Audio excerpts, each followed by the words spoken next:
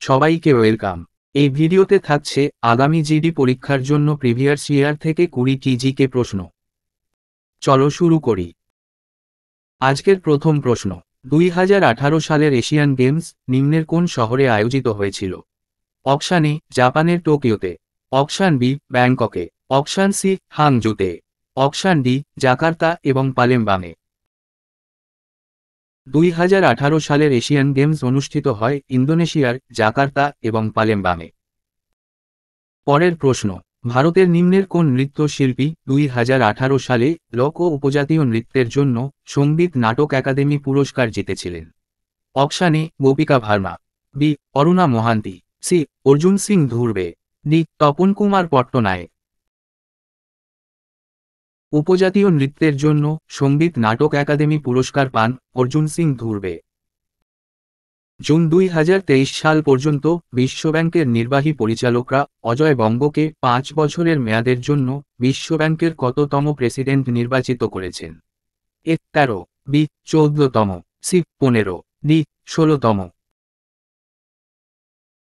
অজয় বঙ্গ বিশ্বব্যাংকের 14তম প্রেসিডেন্ট নির্বাচিত হয়েছেন। পুষ্কর উট মেলা নিম্নের কোন রাজ্যের সাথে সম্পর্কিত? A Punjab, B Maharashtra, C Gujarat, D Rajasthan.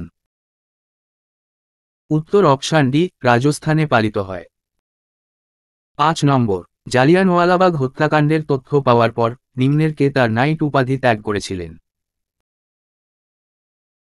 জালিয়ানওয়ালাবাগের প্রতিবাদে নাইট উপাধি ত্যাগ করেছিলেন বিশ্বকবি রবীন্দ্রনাথ। নিম্নের কোনটি ভারতে বছরের পর বছর ধরে সবুজ বিপ্লবের মূল ভিত্তি ছিল? এ গম, বি ডাল, সি তুলা, ডি শাক সবজি। গম সবুজ বিপ্লবের মূল ভিত্তি ছিল। নিম্নের কোনটি চীনের রাজধানী? চীনের রাজধানী বেজিং। হকি ইন্ডিয়া নিম্নের কোন মন্ত্রকের অধীনে ভারতে পুরুষ ও মহিলা হকি সংক্রান্ত সমস্ত কার্যক্রমের পরিকল্পনা এবং বাস্তবায়নের জন্য দায়বদ্ধ? এ শিক্ষা, বি ক্রীড়া, সি শিশু বিকাশ, ডি যুব বিষয়ক এবং ক্রীড়া। হকি ইন্ডিয়া যুব বিষয়ক এবং ক্রীড়া মন্ত্রকের অধীনে আসে। ভারতীয় সংবিধানের 168 নম্বর ধারায় উল্লেখ রয়েছে কোন রাজ্যের বিধানসভা দুটি কক্ষের হয়? একটি বিধানসভা ও অপরটি কি নামে পরিচিত? এ লোকসভা, বি রাজ্যসভা, সি রাজ্য পরিষদ, ডি বিধান পরিষদ। রাজ্যের বিধানসভা দুটি, একটি বিধানসভা ও অপরটি বিধান পরিষদ নামে পরিচিত। কপিল দেব নিম্নের কোন স্টেডিয়ামে 1983 সালের বিশ্বকাপ জিতেছিলেন? তখনকার বিশ্বকাপ প্রভিন্সিয়াল কাপ 83 নামে পরিচিত ছিল। ভারত 1983 সালের বিশ্বকাপ জিতেছিল লর্ডস ক্রিকেট স্টেডিয়ামে। 11 নম্বর প্রশ্ন, সবুজ বিপ্লব উল্লেখযোগ্যভাবে ফসলের ফলন বাড়িয়েছিল এবং ভারতীয় কৃষিকে রূপান্তরিত করেছিল। তার উল্লেখযোগ্য ত্রুটিগুলির মধ্যে একটি নিম্নের কোনটি ছিল? অপশান এ খাদ্য উৎপাদন হ্রাস, অপশান বি পরিবেশগত অবনতি, অপশান সি সরকারি বিনিয়োগ হ্রাস, অপশান ডি রাসায়নিক সারের সীমিত ব্যবহার। সবুজ বিপ্লবের উল্লেখযোগ্য ত্রুটিগুলির মধ্যে একটি ছিল পরিবেশগত অবনতি। নিম্নের কোনটি অন্ধ্রপ্রদেশের একটি শাস্ত্রীয় নৃত্য যা গল্প বর্ণনা করে? কুচিপুড়ি নৃত্য অন্ধ্রপ্রদেশের একটি শাস্ত্রীয় নৃত্য যা গল্প বর্ণনা করে। ভারতীয় সংবিধানের অধীনে সম্পত্তির অধিকার একটি কোন অধিকার? এ মৌলিক অধিকার, বি নির্দেশমূলক নীতি, সি সাংবিধানিক অধিকার, ডি অসাংবিধানিক অধিকার।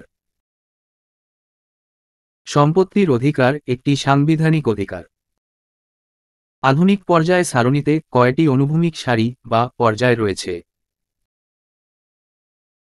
আধুনিক পর্যায় সারণীতে 7টি পর্যায় রয়েছে। 15 নম্বর প্রশ্ন, আমজাদ আলী খান নিম্নের কোন বাদ্যযন্ত্রের বাদক শিল্পী? A santoor, B guitar, C sarod, D sitar. Amjad Ali Khan sarod বাদ্যযন্ত্রের একজন বাদক শিল্পী। সমুদ্রে ভারতের দক্ষিণে কতগুলি প্রতিবেশী দ্বীপ দেশ রয়েছে? এ 2টি, বি 5টি, সি 3টি, ডি 4টি। ভারতের দক্ষিণে 2টি প্রতিবেশী দেশ রয়েছে, মালদ্বীপ ও শ্রীলঙ্কা। হরপ্পানরা সম্ভবত বর্তমান সময়ের নিম্নের কোন রাজ্যের খনি থেকে তামা পেয়েছিল? A. Orissa, B. Kerala, C. Rajasthan, D. Tamil Nadu. হরপ্পানরা রাজস্থান রাজ্য থেকে তামা পেয়েছিল। 18 নম্বর প্রশ্ন, প্রধানমন্ত্রী শ্রী নরেন্দ্র মোদীর সভাপতিত্বে অর্থনৈতিক বিষয় সংক্রান্ত মন্ত্রিসভা কমিটি 2023 সালে কত বছর পর্যন্ত সময়ের জন্য 13,000 কোটি টাকার আর্থিক ব্যয় সহ একটি নতুন কেন্দ্রীয় প্রকল্প প্রধানমন্ত্রী বিশ্বকর্মা অনুমোদন করেছে? প্রধানমন্ত্রী বিশ্বকর্মা অনুমোদন করেছে 5 বছরের জন্য। নিম্নের কোনটি ভারতের সুপ্রিম কোর্টের বিচারকদের বেতন নির্ধারণ করে? এ. ভারতের সংসদ, বি. ভারতের রাষ্ট্রপতি, সি. ভারতের প্রধানমন্ত্রী, ডি. ভারতের বিচারপতিদের কলেজিয়াম। ভারতের সুপ্রিম কোর্টের বিচারকদের বেতন নির্ধারণ করে ভারতের সংসদ। আজকের শেষ প্রশ্নটা, নিম্নের মধ্যে কে 1893 সালে শিকাগোতে বিশ্ব ধর্মের সংসদে ভাষণ দিয়েছিলেন? এ. স্বামী বিবেকানন্দ, বি. ঈশ্বরচন্দ্র বিদ্যাসাগর, সি. রাজা রামমোহন রায়, ডি. স্বামী দয়ানন্দ সরস্বতী। শিকাগোতে ভাষণ দিয়েছিলেন স্বামী বিবেকানন্দ।